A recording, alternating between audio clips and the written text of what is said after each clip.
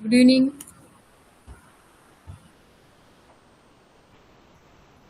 Good evening, all of you.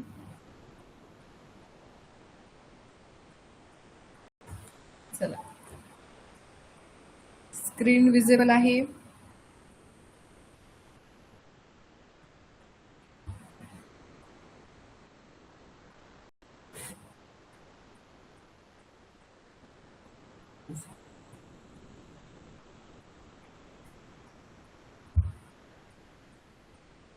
चला,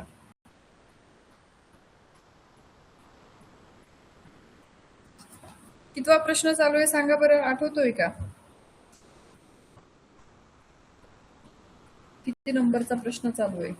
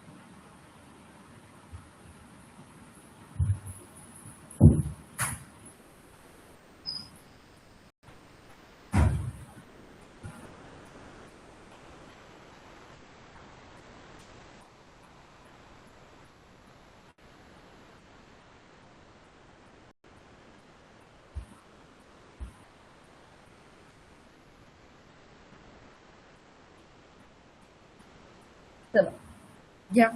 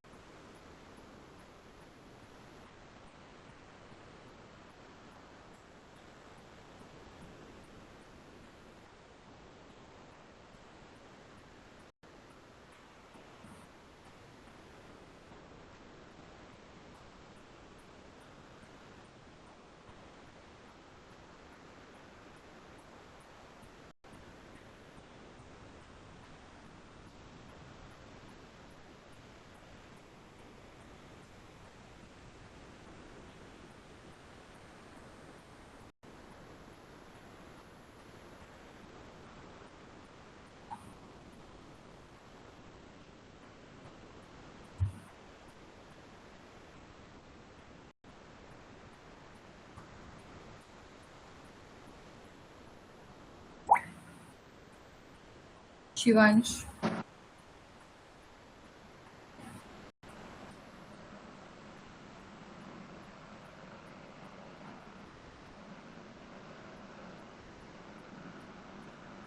hello ma'am, बोला.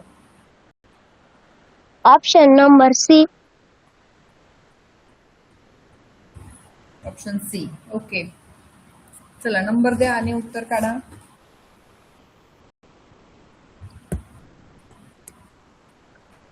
ए पहिले के, याला 1, याला 2 आणि दोन, याला 3. 3. थांबा मॅम.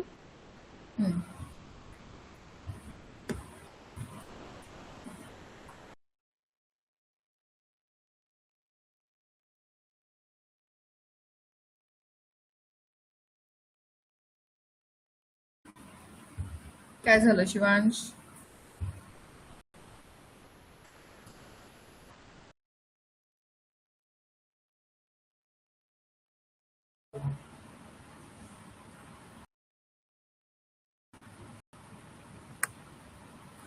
कदम, काय रे आवाज येत नाही?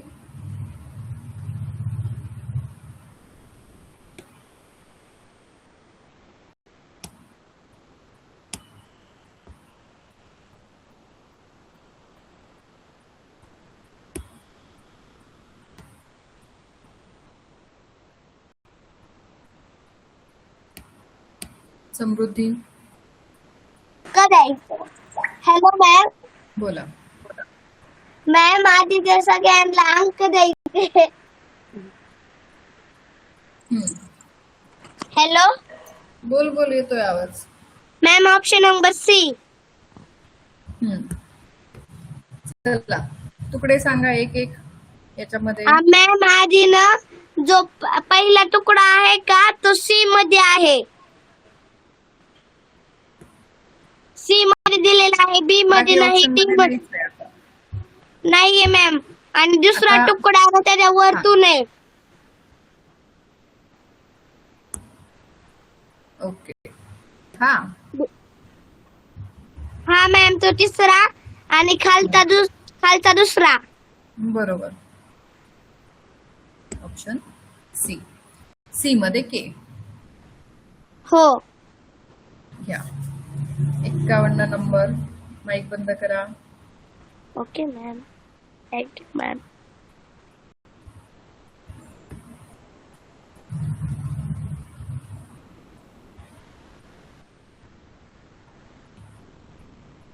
पार्थ गायकवाड, मेसेजेस येत आहेत विनाकारण काही पण.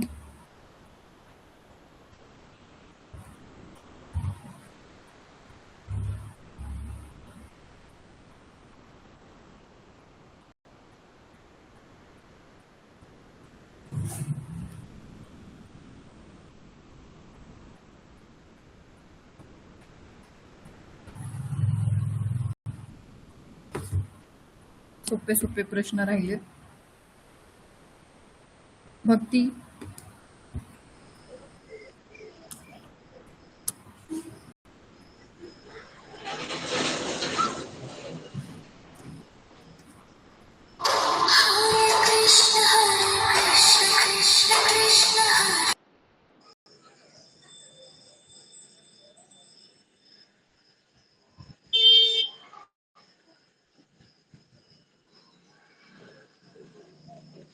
Hello ma'am.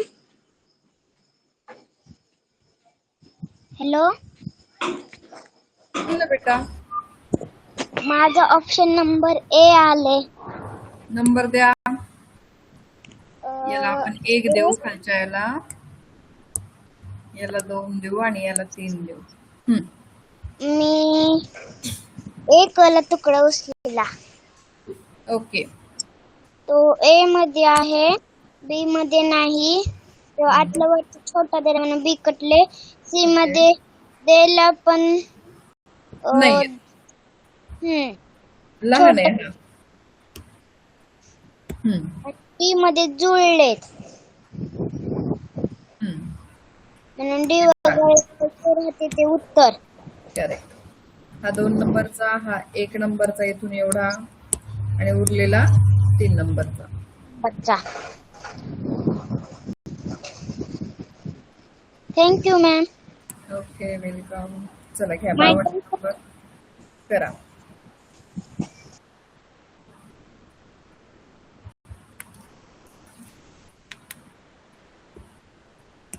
परदेशी वेदांत, मॅम. बोला. उत्तर काढतो मॅडम. आता काढा काढा, काही प्रॉब्लेम नाही. नंबर देऊयात आपण अगोदर. 1, 2, हो. 3. शोधा आता. मॅडम पहिला घेतला तो ए मध्ये नाहीये. बी मध्ये आहे पण थोडा लांबच आहे. तो नाही येणार. सी मध्ये आहे, हम्म. डी मध्ये नाहीये.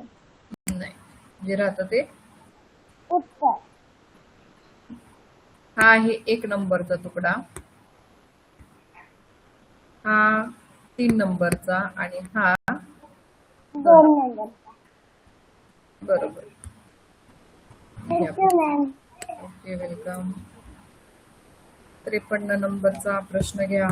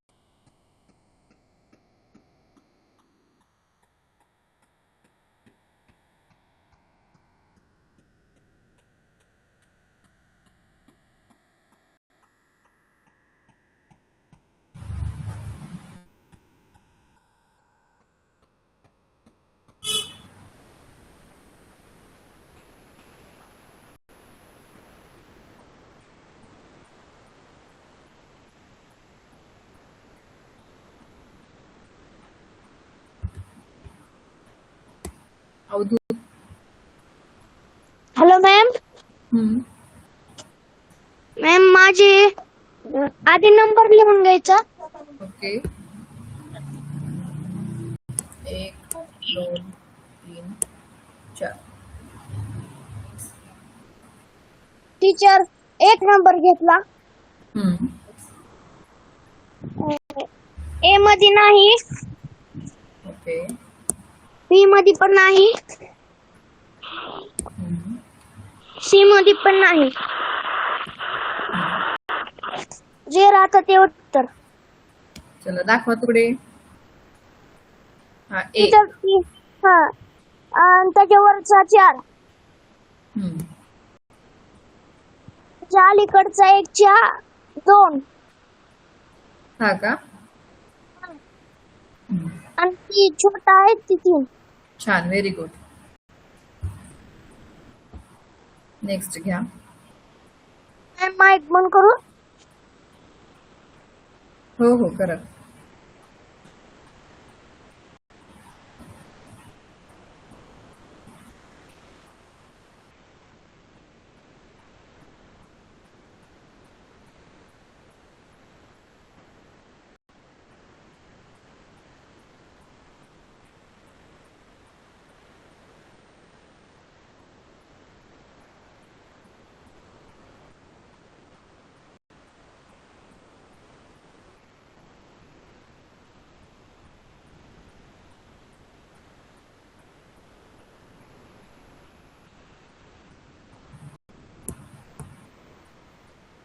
शिंदे. Hello ma'am. बोला. मॅडम माझं उत्तर बी आलं. ओके, चला. मॅडम पहिल्या आकृतीत ती गोल नव्हते पण गोल दिलेत म्हणून ए वगळलं.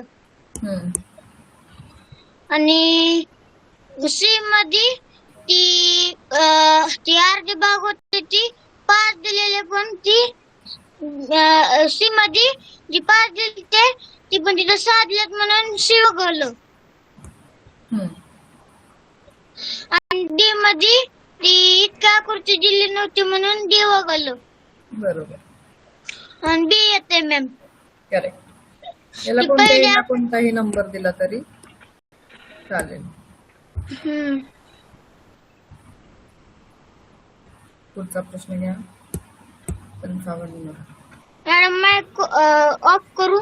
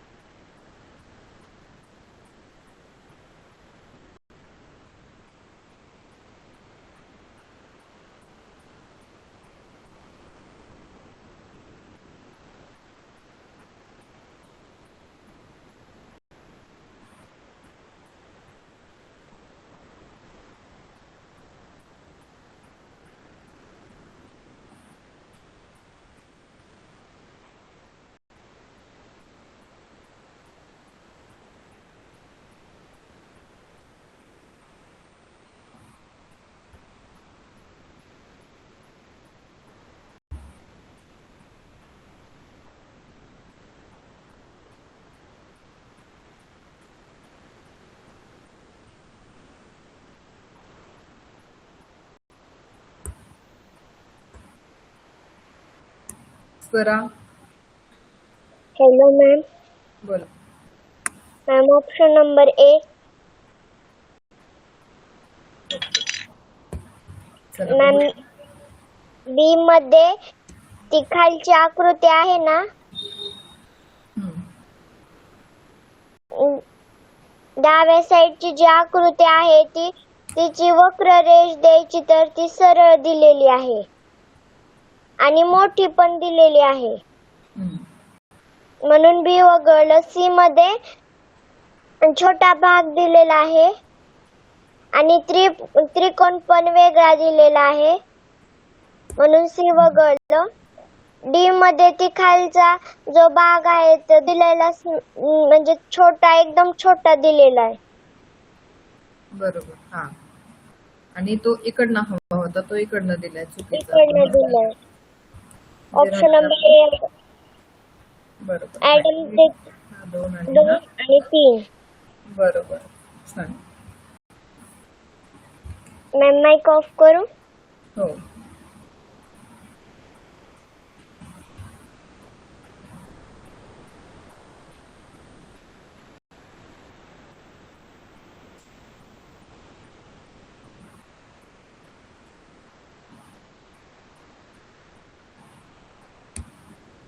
छप्पन्न.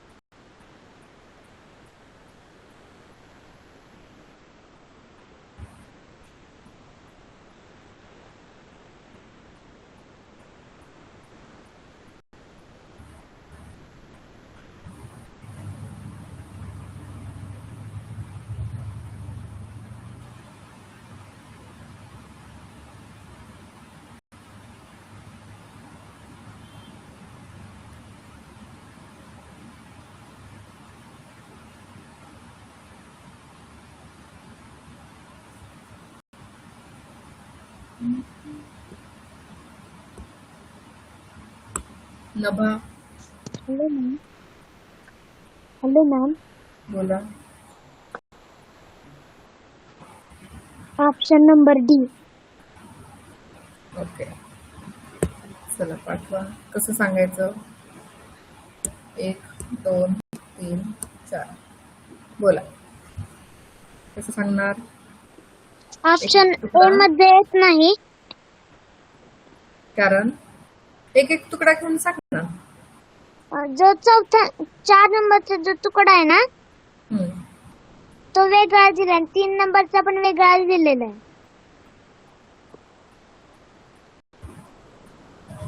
परत आणि सांग. जो 4 नंबरचा तुकडा दिलेला आहे ना, हम्म. तो वेगळा दिलेला आहे ए मध्ये. ए मध्ये तर तो नाहीच आहे. हो, म्हणून ए वगळलं. हम्म. बी मध्ये सुद्धा तो नाहीये म्हणून बी वगळलं आणि सी मध्ये पण नाहीये म्हणून सी वगळलं. राहतं ते उत्तर. चला नंबर द्या. Option number D. हा आहे 4 नंबरचा तुकडा. हा हो. 3, हा 1 आणि हा 2. 2. बरोबर. हो. चला नेक्स्ट घ्या. 57.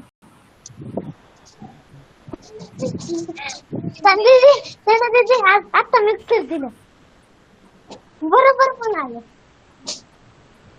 सगळ्या ड्रेसिंग करून ठेवलेली मॅडम.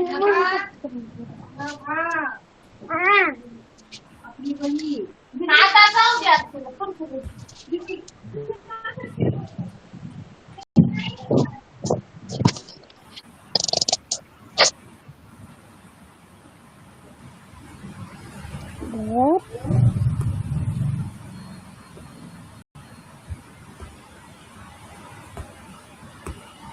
श्लोक.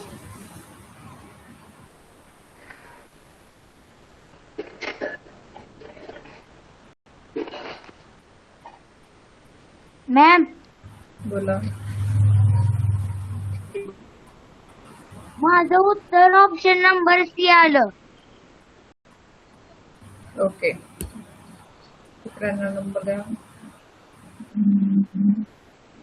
या पहिल्या पूर्ण याला, आकृती हा जो आहे ना, हा पूर्ण भाग त्याला 1 द्यायचा आणि याला 2, हा 3 आणि हा 4. 2 4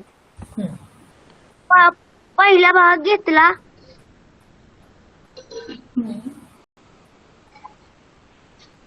तो पहिल्या आणि दुसरा घेतलेला आकृती स्माईल जे होते, पण इथं स्माईलची ही आकृती असते ना, त्या 2 रेषा त्या सरळ सरळ दिशे सोडून उलट्या दिले. कारण मध्ये त्या अशा अशा यायला हव्या होत्या, एक अशी आणि एक अशी. बरोबर. यस. आणि नाकाचं पण, नाकाचा जो भाग दिलेला आहे त्याची रेषा तो अशी आहे, खाली म्हणजे तो भाग येतच नाही. पुढे घ्या. पुढे आहे ना, ती पहिल्या भागात दिली ना लाल कलरची, ती तशी दे सोडून पसरत दिले. बी बघा. डी मध्ये उलटी दिले आणि नाक पण सरळ दिले नाही. डी मध्ये की सी मध्ये? D D. बरोबर. जे राहतं ते उत्तर. करेक्ट. उत्तर आलं सी. पुढे घ्या. माईक बंद करा.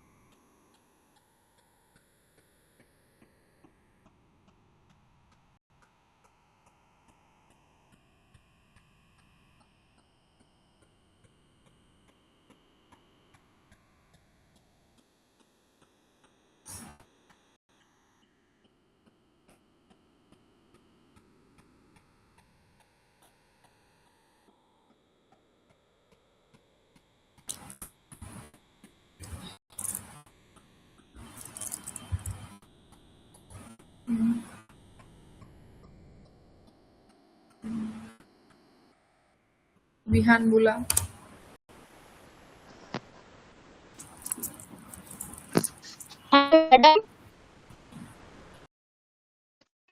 हॅलो. बोला विहान. Hello madam. बोल ना. Hello madam. बोल बेटा. आवाज येत नाही का? पहिले आकडे टाक. येतोय.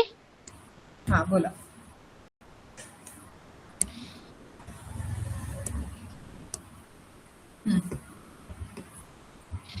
पहिली आकृती ए मध्ये आहे, बी मध्ये आहे, सी मध्ये आहे आणि डी मध्ये नाही. आता दुसरी आकृती ए मध्ये आहे, 5 नंबरचा तुकडा घे बी म्हणजे लगेच मध्ये आपण आहे आणि सी मध्ये. 5 नंबर ए मध्ये आहे, बी मध्ये नाही आणि सी मध्ये पण नाही आणि डी मध्ये पण नाही. म्हणून पर्याय क्रमांक ए. बरोबर. हा 1, हा 2, 3, 4, 5. हो. चला पुढे घ्या. 59. मॅडम मी उत्तर सांगू? नाही, आता दुसरा नंबर, दुसऱ्या विद्यार्थ्याचा नंबर. हो. निशात पवार.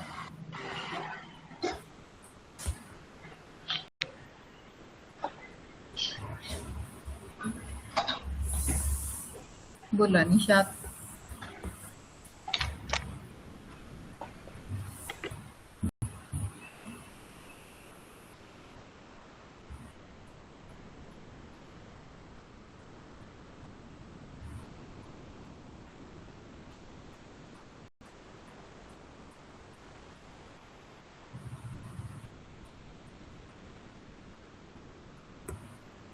विहान. नंबर झालाय का विहान? नंबर झाला असं का वाटतं? आकांक्षा.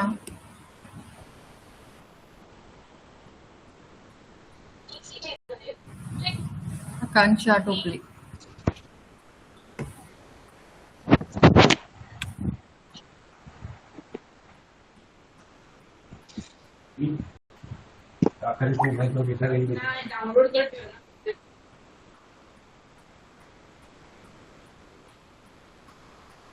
आकांक्षा बोल ना बेटा.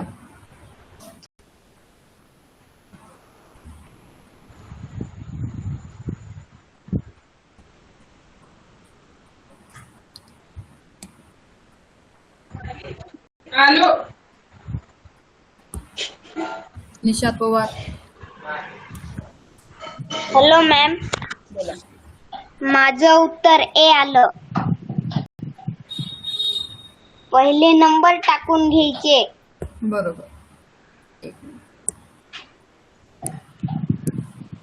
हम्म, मी पहिली आकृती घेतो. हम्म. बी मध्ये नाही आहे, बर. सी मध्ये पण नाही, नाही. बर. डी मध्ये पण नाही. जे राहतं ते उत्तर ए. दाखवा मला तुकडे.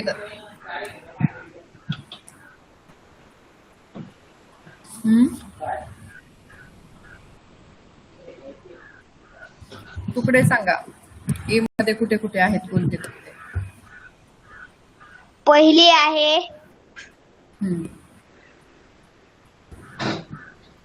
दुसरे पुढे. दुसरी, हम्म. तिसरी, कुठे तिसरी?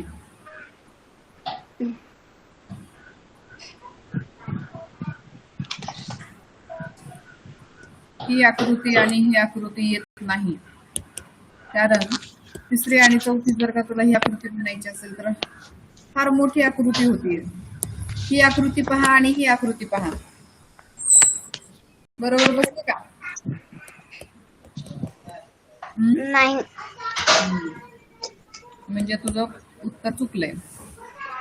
हा भाग येणार नाही. त्याचबरोबर ऑप्शन डी येणार नाही. जे राहतं ते उत्तर 1, 2, 3 आणि 4 असं यायला हवं.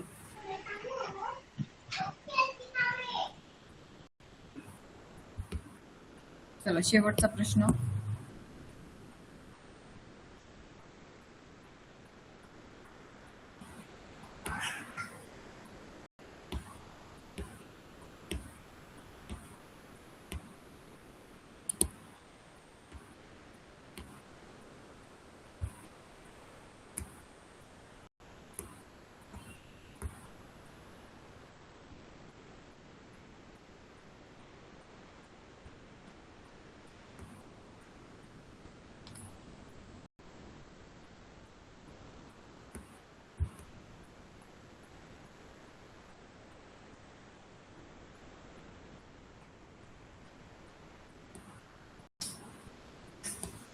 गायकवाड.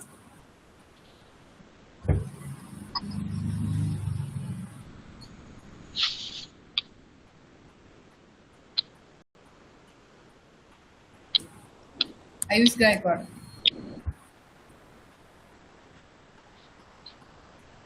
हॅलो, बोला. नंबर टाकून घेत पहिलं. Hello ma'am. 1 2 3 4 बोला पुढे. ए नंबर मध्ये 4 नंबरच्या आकृतीला भेटते. ए नंबर कट. बरोबर, हे वगळलं. पुढे बी नंबर मध्ये 2 नंबरची आकृती भेटते.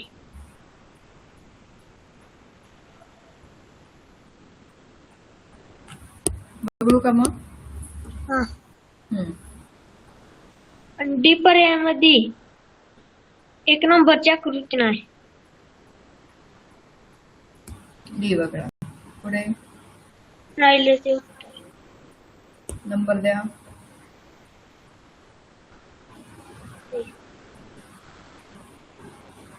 याला 1,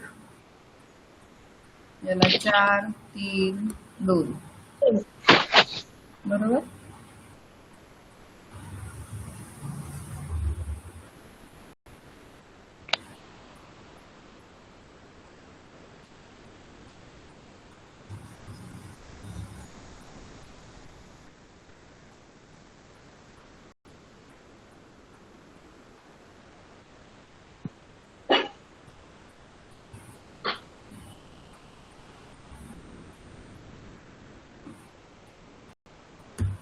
चला, या ठिकाणी आपला हा 9 नंबरचा जो टॉपिक आहे, अवकाश कल्पना तुकडे जोडा, हा इथेच संपलेला आहे. तर आपण पुढचा टॉपिक घेणार आहोत, लपलेली आकृती शोधा. खूप सोपा टॉपिक आहे तो देखील. फार काही, फक्त जो दिलेला भाग आहे म्हणजे जी काही दिलेली प्रश्न आकृती आहे, ती प्रश्न आकृती तुम्हाला उत्तर आकृत्यांमध्ये कुठे लपलेली आहे ते शोधायचं आहे. एवढंच करायचंय, बाकी काहीच नाही. अतिशय सोपा भाग आहे.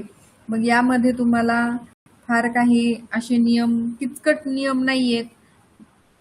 घटीवत, प्रतिघटीवत वगैरे जे काही, आरशातील प्रतिमा, पाण्यातील प्रतिबिंब, ह्या सर्व काही हे जे नियम आहेत ते नियम तुम्हाला या ठिकाणी नाही आहेत. कोणत्या टॉपिक मध्ये? 10 नंबरचा. कोणता 10वा टॉपिक आहे? तर लपलेली आकृती शोधा. जी आकृती लपलेली आहे ती आपल्याला काय करायची आहे? ऑप्शन मध्ये शोधायची आहे. मग एक छोटासा भाग दिलेला असतो प्रश्न आकृतीमध्ये आणि आकृती मोठी उत्तर आकृत्यांमध्ये दिलेली आहे आणि त्या आकृत्यांमध्ये हा लहान भाग कुठे लपलेला आहे तो शोधून आपल्याला काढायचा आहे. एखादं कोड सोडवतो ना, अगदी त्याप्रमाणेच आहे. फक्त मग काही थोडेफार जे काही नियम आहेत ते फक्त पाहू आज. ठीक आहे.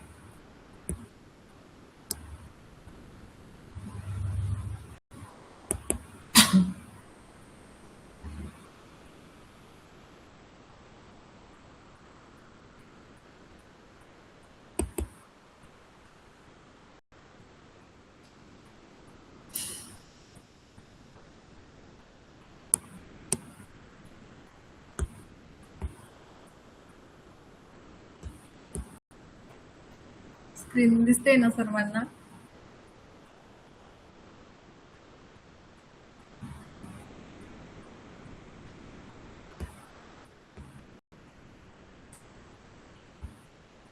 याचे नियम व्यवस्थित पाहू. पहा, सूचना दिलेली आहे. या प्रश्न प्रकारात प्रश्न आकृती ज्या उत्तर आकृतीचा एक भाग आहे अशी उत्तर आकृती शोधायची असते. काय सांगितले सूचनेमध्ये पण तुम्हाला? जी प्रश्न आकृती दिलेली आहे तिचा जो भाग उत्तर आकृतीमध्ये आहे तो आपल्याला तुम्हाला काय करायचंय? शोधायचा उत्तर आकृतीमध्ये, ऑप्शन मध्ये. यासाठी पुढील पायऱ्यांचा अवलंब करावा. 1 नियम, प्रश्न आकृतीतील सरळ उभी रेषा, आडवी रेषा, तिरपी रेषा किंवा वक्र रेषा यांच्यापैकी कोणतीही एक रेषा निवडा व तिची स्थिती लक्षात घ्या.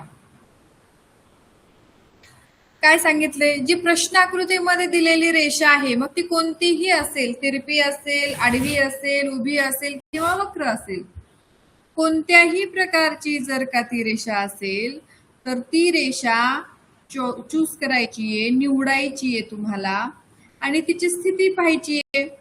स्थिती म्हणजे तिची जागा कशी आहे ती, एवढंच बघायचं. एवढंच सांगितलेलं आहे पहिल्या नियमामध्ये. लक्षात आलं का? फार काही सांगितलंय का इथे? नाही सांगितलेलं. इथे फक्त एवढंच सांगितलंय की उभी रेषा घ्या किंवा तिरपी रेषा घ्या किंवा आडवी रेषा घ्या, वक्र रेषा घ्या, यांपैकी कोणतीही रेषा तुम्ही निवडू शकता. निवडल्यानंतर तिची स्थिती जी आहे ती लक्षात घ्यायला सांगितलेलं आहे. फक्त एवढा नियम त्यांनी या ठिकाणी सांगितलाय. मग दुसरा नियम काय आहे तर पायरी 1 मध्ये निवडलेली रेषा कोणत्या उत्तर आकृत्यांमध्ये त्याच स्थितीत आढळते त्या उत्तर आकृत्या निवडा व इतर उत्तर आकृत्या वगळा.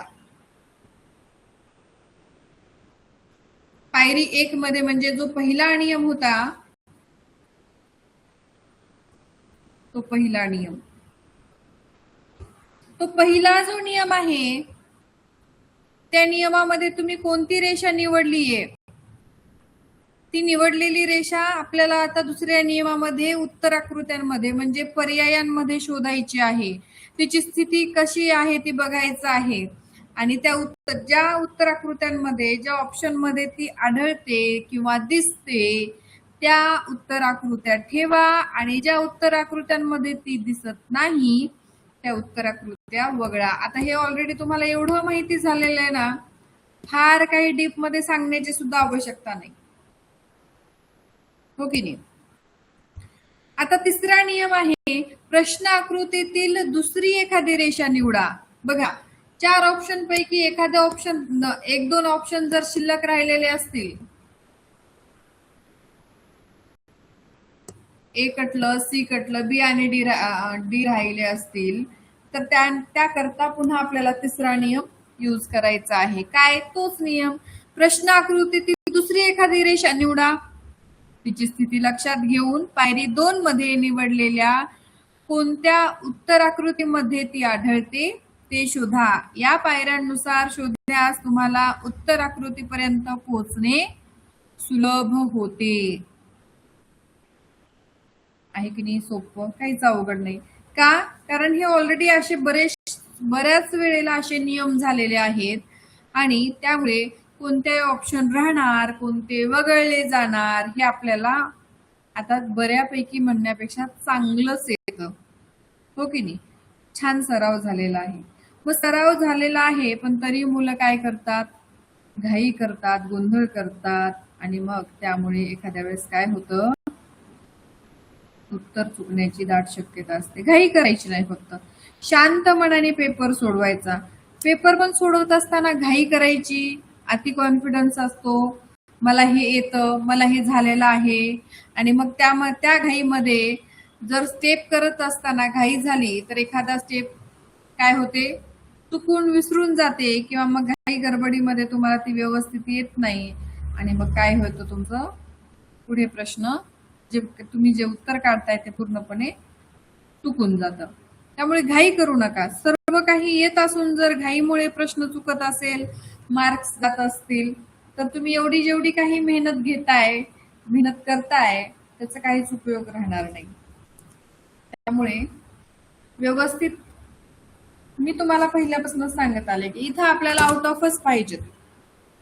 आलं लक्षात? ज्यांचं टार्गेट आहे नवोदय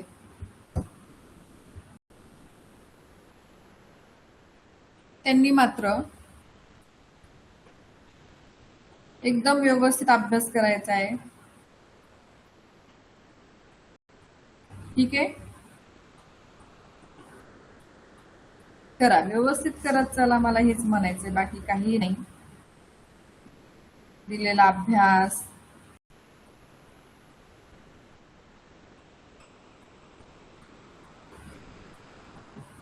ज्या काही तुम्हाला नियम सांगितलेले आहेत ते व्यवस्थित नियम, सर्व काही गोष्टी ज्या आहेत त्या तुम्ही थोडं व्यवस्थित फॉलो करा. चला, आता सूचनापासून ते सुलभ होते इथपर्यंत लिहा. चव्हाण, तुला जर काही काम असेल तर तू लेफ्ट झालीस तरी चालेल. बरं, एवढं लिहून घ्या, गोष्ट सांगते.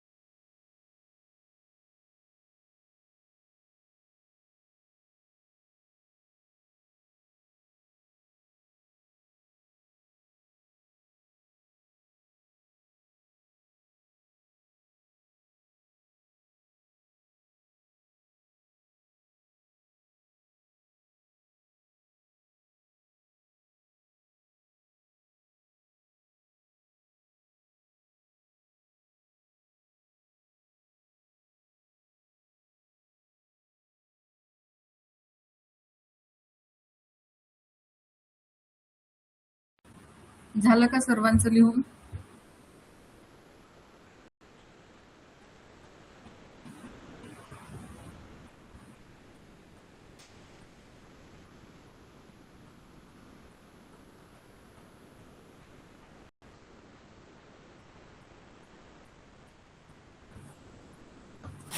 झालं?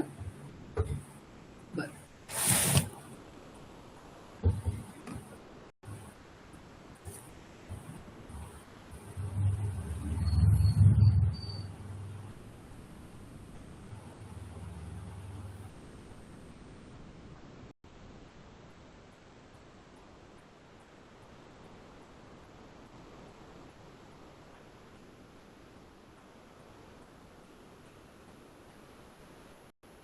झालं?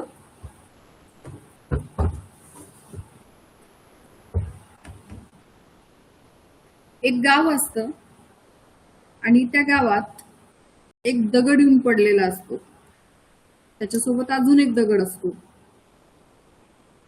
आणि येणारे जाणारे लोक त्याच्यावर पाय देऊन जायचे,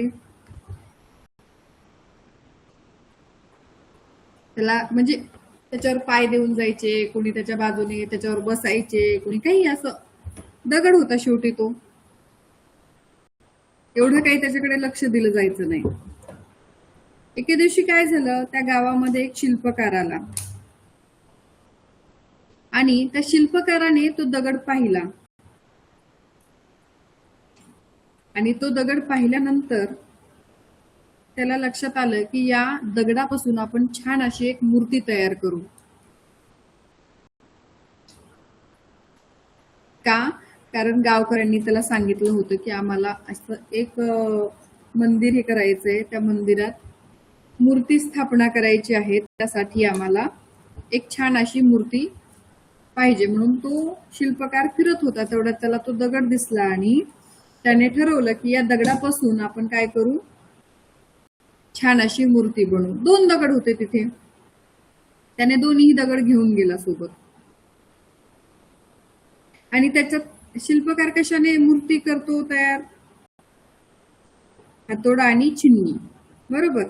मग त्या हातोड्यानी आणि चिन्नीने त्याला त्याच्यावर तो घाव मारायला लागला आणि घाव मारल्याबरोबर एक दगड जो होता तो दगड मात्र लगेच तुटून गेला, त्याच्यावर काही व्यवस्थित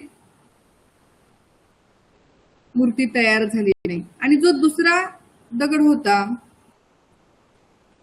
त्या दगडावर मात्र छान किती त्यांनी घाव दिला, तो त्याला दुसरा दगड जो होता त्याला फार त्रास होऊ लागला. पहिल्या दगडाला फार त्रास झाला, 2-3 हातोडे मारले की तो लगेच तुटून गेला, त्याने काही घाव वगैरे त्याने सहन केले नाहीत. पण दुसऱ्या दगडाने मात्र तसं केलं नाही. दुसऱ्या दगडाने काय केलं, ओरडायचा, हे करायचा, पण मात्र तो घाव जो आहे तो सहन करू लागला आणि त्यापासून एक छान अशी मूर्ती घडली, मूर्ती तयार झाली.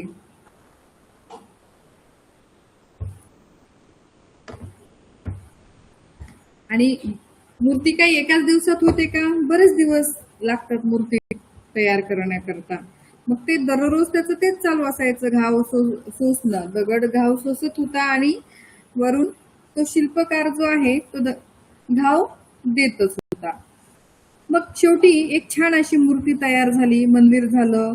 मंदिरात त्या मूर्तीची स्थापना करण्यात आली.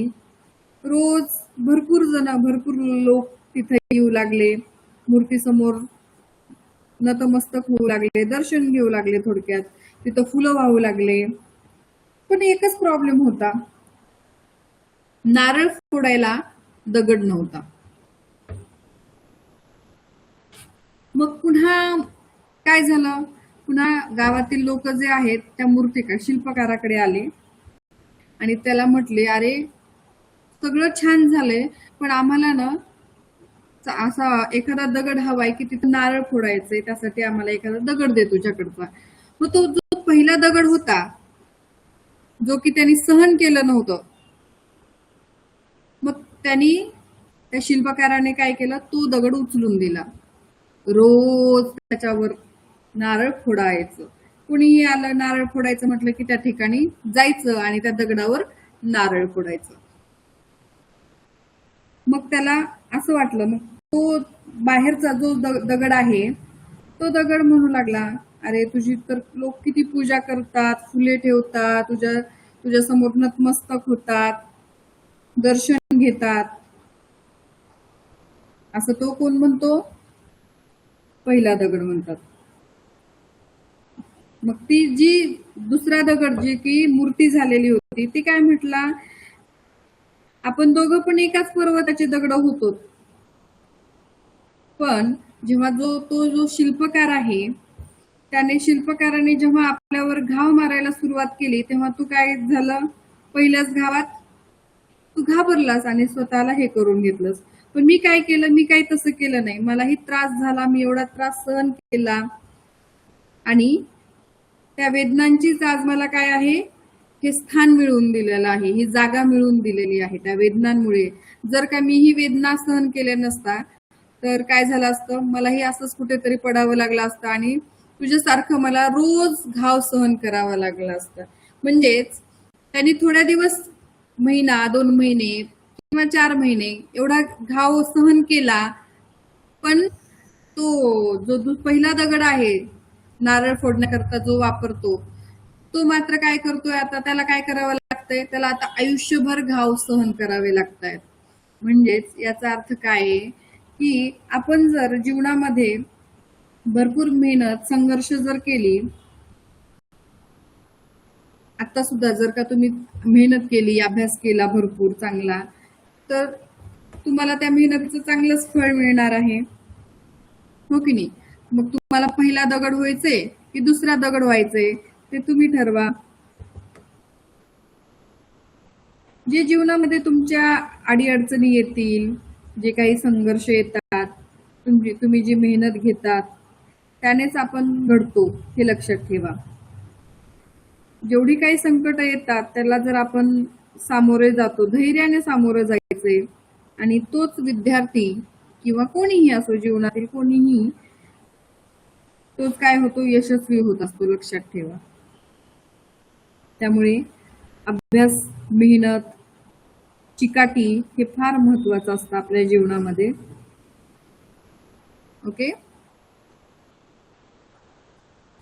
चला, मला आता ही खूप दिवसानंतर गोष्ट आठवली अचानक.